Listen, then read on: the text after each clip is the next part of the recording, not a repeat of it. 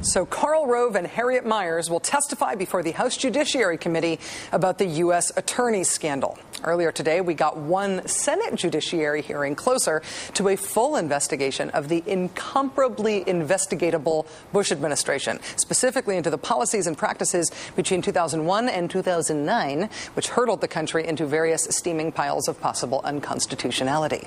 Today's Senate Judiciary Chair Patrick Leahy convened the first big, highly anticipated hearing about his long-suggested Truth Commission. There were speeches, there were witnesses, there were questions for those witnesses. One thing there wasn't was clear support from President Obama, who has said he is more interested in looking forward than in looking, quote, backwards. Of course, 2 days before this committee hearing, the Obama administration did very conveniently release a whole bunch of Bush administration memos. Those 9 previously unseen Bush-era legal memos, which seemed to serve as a how-to guide for turning the First and Fourth Amendments into crinkly, awful, rough toilet paper. Convenient. Republicans, both on the committee and testifying before it, were against the idea of Senator Leahy's proposed commission. Ahead of his testimony at the request of Republican senators, David Rivkin, one-time associate White House counsel under the first President Bush, he had this to say about the whole idea behind creating a commission. Quote, "They want to pillory people. They want to destroy their reputation. They want to drag them through the mud and single them out for foreign prosecutions. And if you get someone in a perjury trap, so much the better." A perjury trap? Is that where you think it's okay to lie under oath to members of Congress and then, surprise, you find out it's not, and then you're trapped? And then at the hearing itself, we got this compelling argument against the proposed commission from Republican Senator Arlen Specter. When this idea of the so-called Truth Commission first surfaced, I said it was unnecessary because you had a change of administration. You could walk in the front door, ask for directions to the relevant filing cabinet, go in and open the drawer, and find out anything you wanted to know. So scrap the commission and let President Obama just rifle through the bureau drawers at the White House? Okay. I mean, he is sort of busy, but it does seem that the best argument against the commission could be summed up in this headline from Daphne Evyatar at the Washington Independent today. Her headline was, quote, "Republicans make a case for prosecuting Bush officials." In arguing against this commission, in arguing that an investigative commission would be unnecessary, the Republicans today managed to make the case for prosecutions, for the criminal justice system to just do the investigating instead. The Commission's activities would inevitably involve areas traditionally responsibility of the Department of Justice. If people think that there should be prosecutions, well, then there can be prosecutions. If we have evidence of torture's a violation of our law. Go after them. If there's reason to believe that these Justice Department officials have knowingly given the president's cover for things they know not to be right and sound, go after them. Go after them. So the Republican argument against a commission of inquiry to investigate the Bush administration is not that we shouldn't investigate, but that the Justice Department should be doing the investigation so they can prosecute. Okay. Earlier today, I spoke about this strange turn of political events with Senator Patrick Leahy, chair of the Senate Judiciary Committee. Senator Leahy, thank you so much for being on the show tonight. Good to be with you, Rachel. Thank you. It seems that you have approached this commission of inquiry idea from the beginning with a pretty open mind, that you're open to suggestions on how to do this right. After today's hearing, are you convinced that it is the right way forward? Do you think this commission will actually be formed? I think it is the right way forward. It's interesting when I hear some of the opposition to it. It makes me think more and more that it's the right way to go.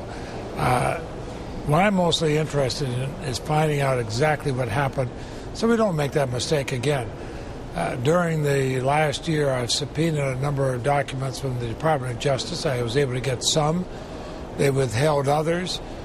Gave me a story about what was in the others. It was not what I understood to be in the others. And now that Attorney General Holder has started releasing and declassifying some of the documents he found, turns out I was right in my suspicions. You had an operation basically run out of the White House with people that felt the president was above the law, that the people working for the president was above the law, and that the laws that you and I and everybody else have to follow somehow did not apply to them. It was kind of a chilling thing. It makes me think of some of the ads I've seen for the Frost-Nixon tapes where the actor playing President Nixon says it's not against the law when the president does it. Well, nobody's above the law in this country. When you look at those OLC memos, those 9 that have been released, we're told to expect that more will be released still. Do you think that that is an instance of very bad lawyering? Or do you think there is a possibility that there are criminal acts committed in the creation of those memos or by people who followed those memos knowing that they couldn't possibly hold water? Well, it depends upon why they followed. I can think of a lot of people who are not lawyers who might say, well, there's a OLC or Office Legal Counsel memo on this. It's coming straight from the White House and the Department of Justice. They say we can do this and follow that. But certainly the lawyers who wrote that, they're bright lawyers. They knew this wasn't right. They knew you couldn't do it. It was simply a case of some of those in political authority who wanted to do this and basically give me something justifying it. I don't care if it's accurate or not, but I want the end to justify the means.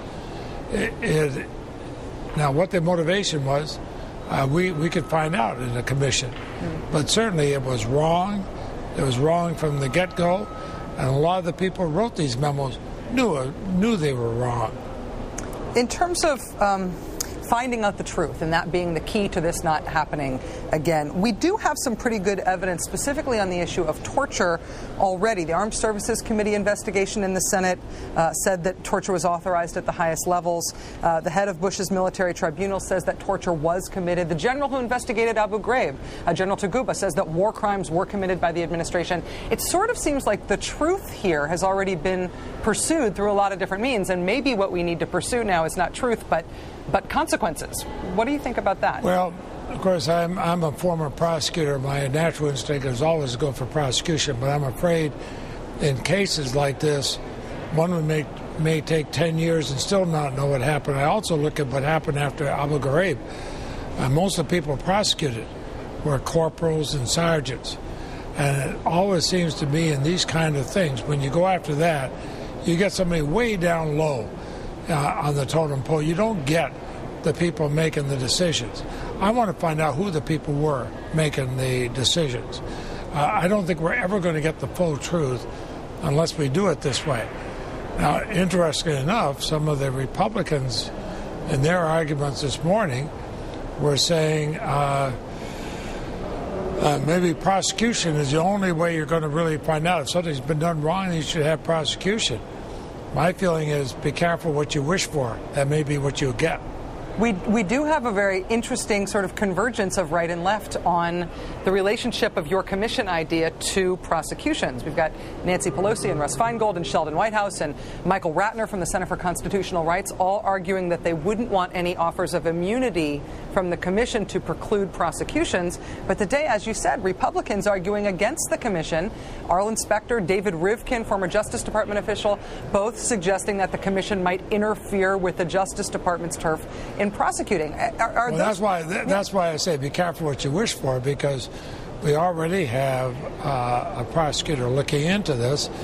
If prosecution can find all the answers, that's fine. But I just worry that it might not. That's why I'm trying to find this middle ground.